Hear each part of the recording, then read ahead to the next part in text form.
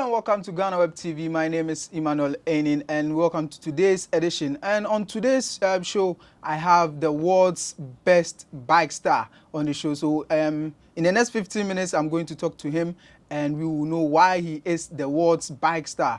I mean, he has an incredible record. I know you would love to listen to how he managed to set that record. So we're going to talk more about bike and how this man made a world record riding through 6 continents within 47 days. That's incredible, right?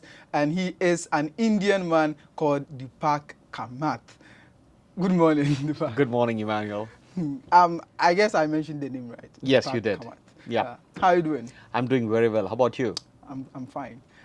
You've been to 6 continents within 47 days, but I'm sure today is your first time coming to Ghana. Absolutely. But as of today, I have covered all the 7 continents, and this is indeed my first time to Ghana. Sure. So in Ghana, we say Akwaba. Akwaba. All right. Great. I'm really grateful. I feel grateful for having you on the show. Thank you. I mean, you're a big man. No, I'm just doing what I love. I'm no big man at all. So let's first talk about the record. 47 days. You rode through 7 continents in the 6 world. continents. 6 back continents. in 1994. 1994. People were zipping around the world in a car. Mm-hmm. So I just looked at it differently and said, you know, like, hey, these guys are going around the world in a car. Mm-hmm. So why can't I do it on a two-wheeler? So I had approached the management of the motorcycle company called ESD in Mysore, a very quaint town in India. And initially they said, are you nuts? And I persistently continued to ask them, hey, we should be doing it. And on the 10th day, the director, Mr. Bomani Rani, he said, hey, you know what, let's do it. So why should cars have all the fun? So let's have some fun on the ESD is what he mentioned. And it was a quick round the world across covering about 17 countries around all the 6 continents. Wow. And 42,038 kilometers in 47 days of riding, even before Google was born. So I guess, that's incredible. but come to think of it, if I have to look back at that, I would ideally want people to slow down because the world is such a beautiful place. I did indeed go ahead and create a new record, being the first and the fastest Indian to circumnavigate the world across 6 continents. But if somebody was to ask me, would I do it again? No. Would I encourage anybody to do it? No. The world should be enjoyed in a much more slower way because it's so beautiful. I've been in Ghana for the last 7+ days. Okay. And I've really enjoyed every bit of my stay here in Ghana, Accra particularly, ever since I've got into the Aflao border. It's been nice. So to my question, why wouldn't you advise anyone to replicate what you did? Well, you know, in today's world, you know, technology helps you to a great extent. So I believe if somebody is trying to chase something like this, it's no big deal. But I could be wrong. I could be beaten down by saying, hey, you know what, this guy sounds like a hypocrite. But come to think of it, today the world has got so many beautiful platforms to showcase your travel. Okay. And I believe people should really indulge in going down slower, enjoying the beautiful countries that you would pass through in your travels, and tell the rest of the world how beautiful that country is. So I believe if people are chasing records, it's a different thing. But if you ask me as a traveler today, I would encourage people to slow down and enjoy the world in a much more slower pace. Okay. Yeah. So you did that with Java. Right. Java, yes. Yeah. So it is a technology transferred to Mysore, and the brand was ESD. Yeah. It is a Java, yes. Yeah. So do you have the bike? Do you still have the bike? Well, unfortunately, the company shut down in 1996, and that bike, along with the entire factory, was completely demolished down. Somebody has the bike, but I'm not sure where it is. Oh, if I had it, I would have auctioned it. Absolutely. I mean, somebody would have already done that. Yeah. Okay. So tell us about the preparation, how you prepared for that journey.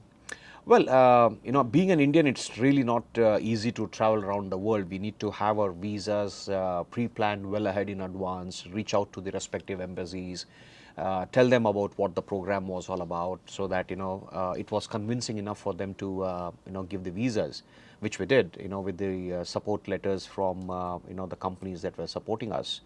And the SD Castrol Continental Raid is what I called that adventure back in those days. We had a whole bunch of Indian companies supporting us, right from ESD, which was my motorcycle, Castrol, which was the lubricant partner. Then we had Timex watches, which was a vertical of the bigger Tata group in those days. Since then, they have moved out. And we've had one of the banks called Canara Bank, which is also a big bank back home. They were my financial partners in managing my foreign exchange and things like that. So we had about 5 to 7 people who sponsored, who supported that ride, and with all those letters, it was relatively easy to get the visas. And since the whole project was planned for 60 days, the visas were very, very timed. So logistics did play a lot of game, but that's what the fun is all about in an adventure. You plan it right, you get it right, everything is hunky-dory. But sometimes things go wrong. Sometimes things really don't go the way it's planned. Right. Like when I wanted to start, and if people are aware, India had plague in 1994. Okay. So just about the time when I started this ride, we had plague, and the motorcycle was not able to be taken out of the country. So we lost a good deal of about 17 days. We had to wait for the motorcycle in Egypt, by which time all my visas started lapsing. So the entire planning was out of the window, right? Then I had to stay back for some more days and request the Indian embassy there to help me to renew my visas, which they did, help with by speaking to their diplomatic partners, in different countries that we were traveling. So these are challenges on the go, and we should be prepared. We should not buckle down. Okay. I mean, it's the same in anybody's life. Yeah. For us, it was during that motorcycle adventure that we faced this problem, but yes, there was sufficient help available for us to continue. Sure. Yeah. I was going to talk about the challenges you faced on the road, but it seems you've addressed it already. But I would ask, what's the biggest challenge you faced?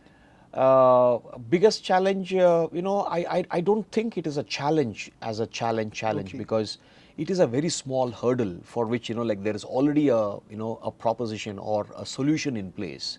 We just need to look around and the solution will be there. Like take for example, we were not allowed to go down all the way to Aswan, which is the southernmost town in Egypt, because of some guerrilla problems. But we were able to convince the military officer there, and he ended up giving us a convoy, which otherwise would not have happened, right? We made him listen to our Indian superstar Amitabh Bachchan songs. Okay. And when they heard that song, they said, "Hey, Amitabh Bachchan, Amitabh Bachchan." So the idea is to connect with people, tell them what we are doing in one way or the other, get them to get interested in us.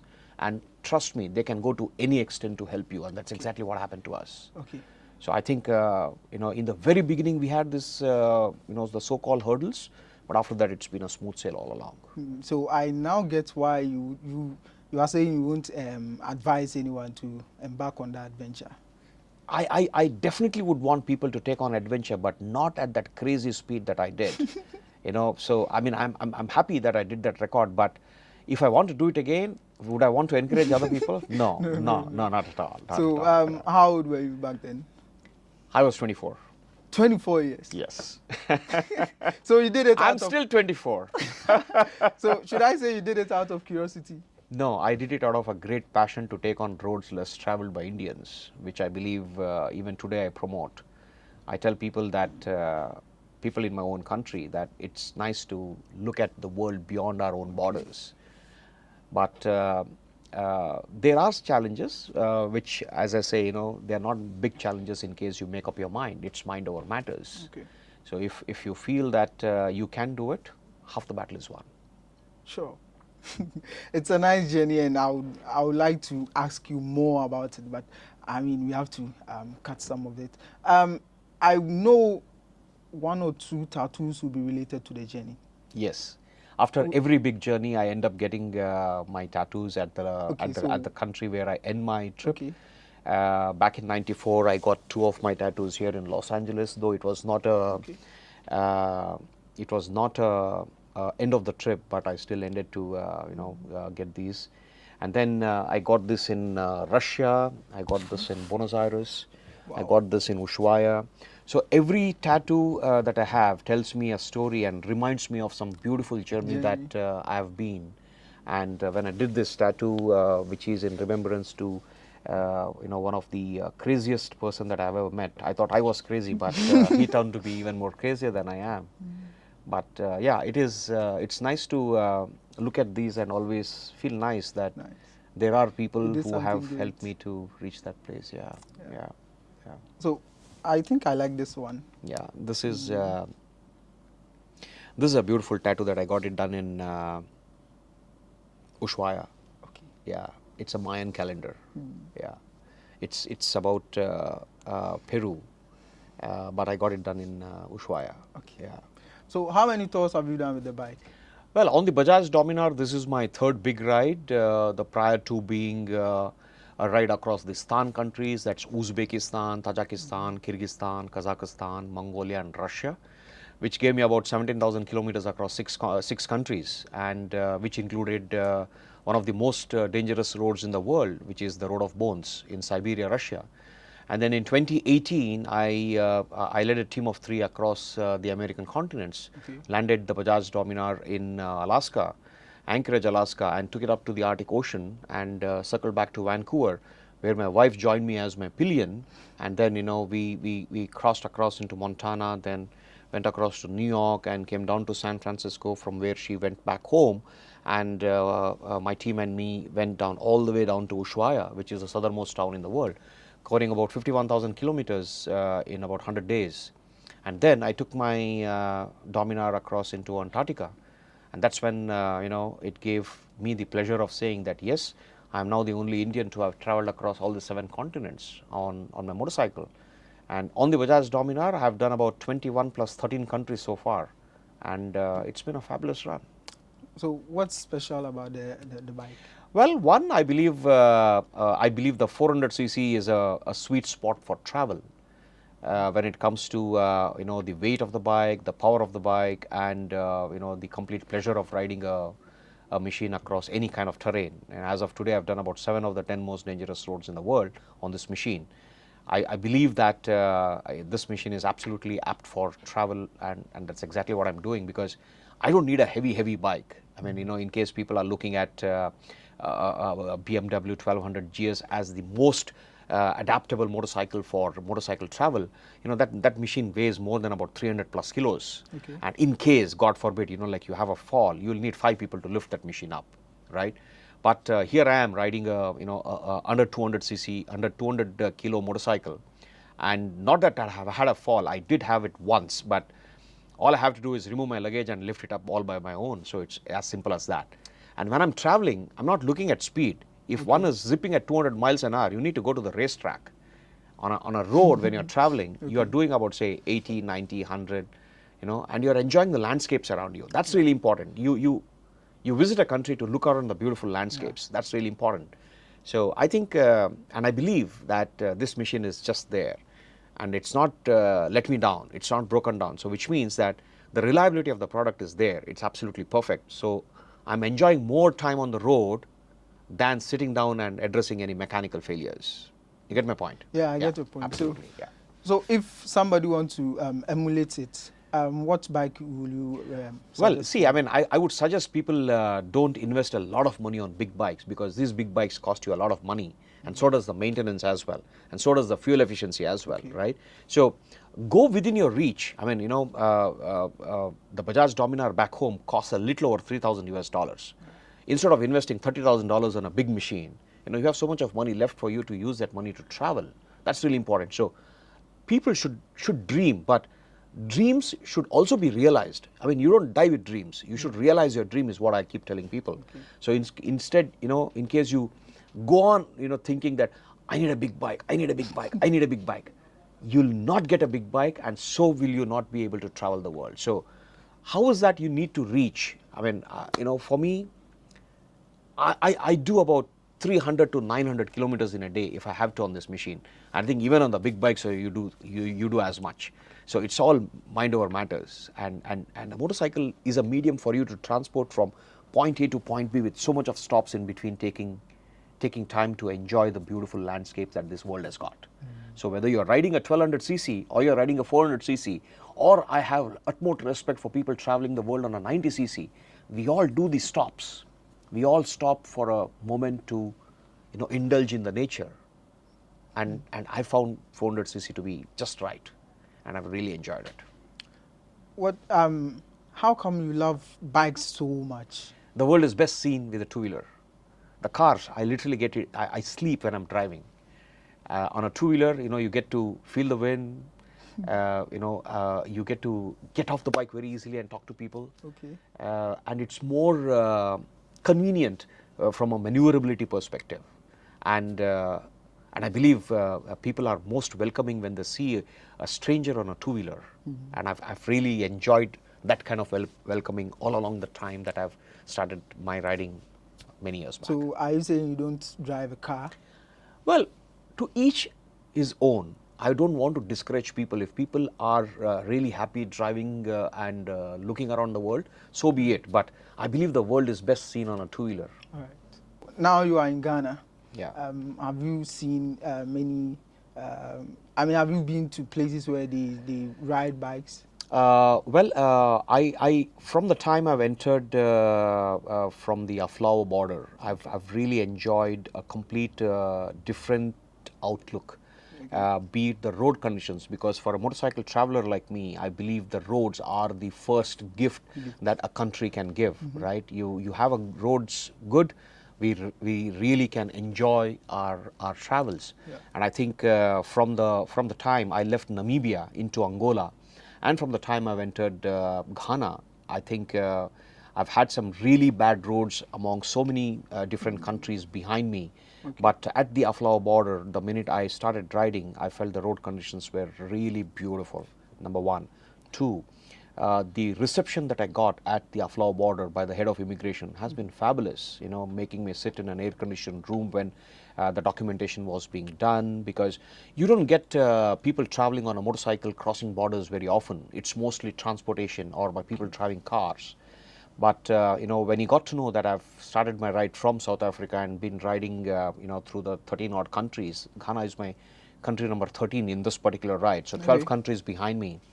He was very impressed, and when I asked him to come out and take a picture with me holding my tricolor, my Indian flag, he readily agreed. So hospitality, I think, that's the next best part that I've experienced. Then as I started to ride into Ghana, unfortunately I don't remember the town's place, but it was by a church wherein I saw probably about 20-25 people in their traditional attire dancing, that dance. One of my colleagues did mention that name, but I forget what that name is. I need to write down for my memory. But I took almost 30-35 minutes enjoying that dance, and with so much of energy that the entire team was doing was absolutely fabulous. And then I have been here under the hospitality of the Mohinani group, which are also the dealers for the motorcycle that I ride, the Somoko Ghana. Yeah. And they've arranged for the local bikers to take me around. I went to the Aburi botanical gardens. Okay. I really loved the botanical gardens. Of course, we have something similar back home as well. But what really intrigued me was the fallen helicopter there. I need to understand a little bit of a background about that one, which I will. But other than that, I guess I've been traveling around. I've been having the bambera beans with plantain, pounded fried plantain. I've been having roasted bananas. I mean, these are things which I consider the local delicacies. I indulge in the local delicacies, which I think if I like something, I have more, and then it goes into my memory that this is what the Ghanaians have. So I'm in love with it. So people, food, culture is something that I've already covered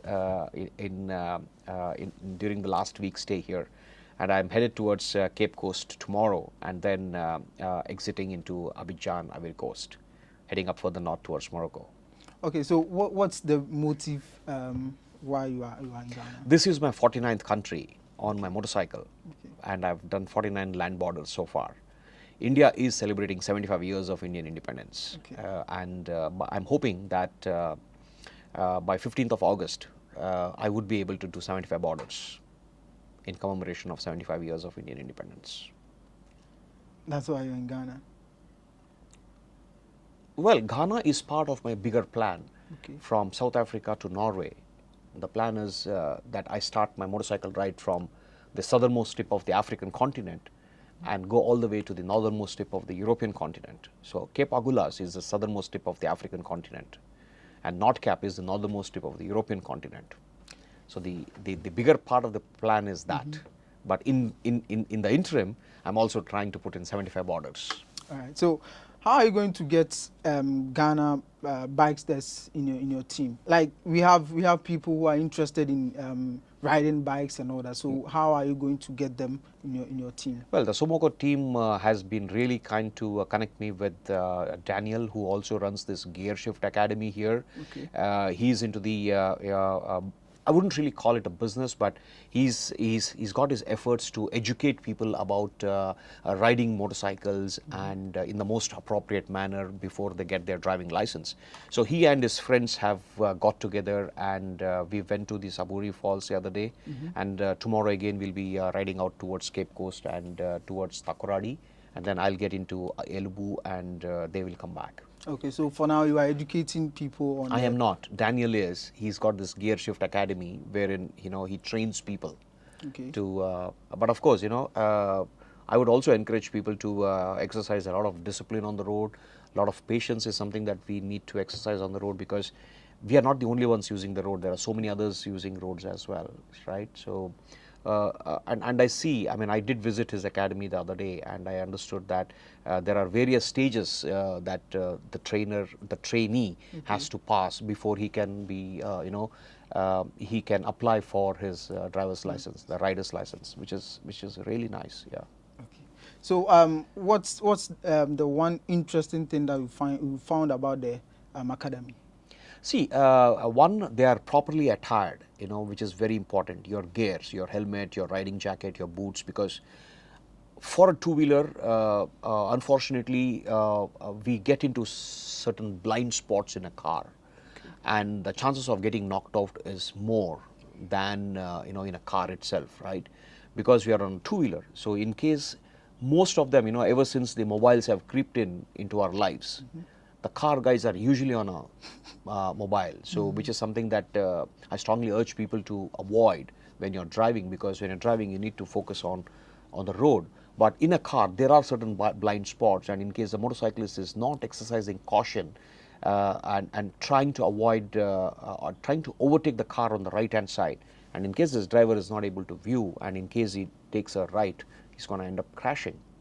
So I believe, like these are things that you learn when you're in an academy, and ensure that, you use proper discipline when you're riding the motorcycle. So I think he's doing a good job. I wish him well. So do you have your name in the Guinness Book of Records? No, I don't chase records into books, but the local book back in the country called the Limca Book of Records, they did publish it back in 1994 as a world record, because I believe that as Indians we did it first. Nobody. Not that I'm aware that anybody else has done, until Nick Sanders did something back in 1997, but he did it in a liter class bike, so we don't even consider comparing what records we did to what records other people did.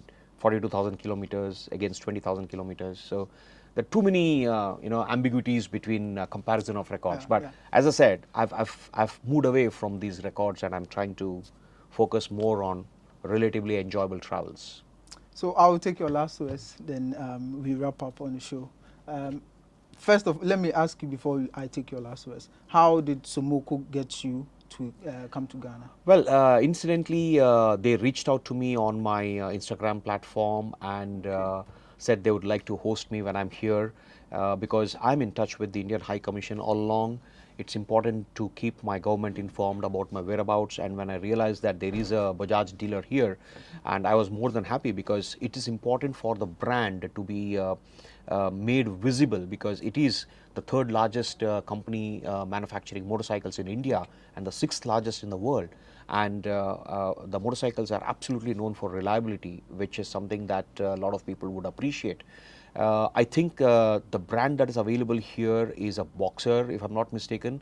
I am riding the flagship brand called the Bajaj Dominar, which is a 400cc motorcycle. And there's a good deal of opportunity for Somoko to expand their product lineup from the Bajaj group, which I believe is pretty dominant in this continent of Africa as well. So when they reached out to me, I said, hey, you know what, I would really would like to ride with people and make sure that the brand gets a better visibility, and hence here I am. Yeah. Sure. So give me your last words. Well, I believe Ghana has given me some really good memories to take back with. But one thing that I also realize is do you call them Okhadas here as well? Which the one? Royals? Royals. The motorcycle guys who just zip around like crazy rats on the road. I mean, these are things that I've been observing from the last few countries that I've been traveling. People who ride motorcycles for a living, if there is some kind of a governance that can be brought in, because I know they want to earn money by moving people, but they should also be a little aware that there are others using the road. So my only suggestion is that if it can be meticulously planned in such a way that it is not misused and people really encourage their livelihood in the right manner. Other than that, I guess this country is great. As I said, from last few countries that I've traveled, Ghana has completely given me a very different and a fabulous experience, which I will really cherish during these travels and after too. Thank you. Thank you. Thank you so much, Manuel. Thank you. So, me myself, I follow some of the cyclists, and I think they are doing very well with their freestyles and all that. So I think that's a good advice. We have to have a mechanic way of gathering them and then educating them. Yeah, educating them and see how it See, I don't mean to take away their livelihood, because it is a form of a profession that they ride. I'd like people to work. They would rather ride their motorcycle and earn their money, which is good. But is there a governance around proper attire, slowing down speed, not cutting lanes, and these things? If it should be easy, because I don't see so many of them as I've seen in Nigeria, or for that matter I've seen in the Democratic Republic of Congo. There are hundreds and thousands. So probably a school like what Dan runs is used for the Okhadas as well. It would really help. Yeah. All right. So that's Deepak Kamath. I mean, the man, the myth. 47 days he traveled around 6 continents. That's incredible. And you heard his story, how he did it in the 1989. And he said he is not going to do it again, even if he gets the opportunity to do it again. Thanks to Somoko Ghana. He is in Ghana, and he is advising motorcyclists on how to use the road, because the road is not only for motor, it's also for vehicles as well. So I'm very glad to have him on the show, and this is where we wrap up on today's episode. My name is Emmanuel Enin, and this is GhanaWeb TV. Keep in touch.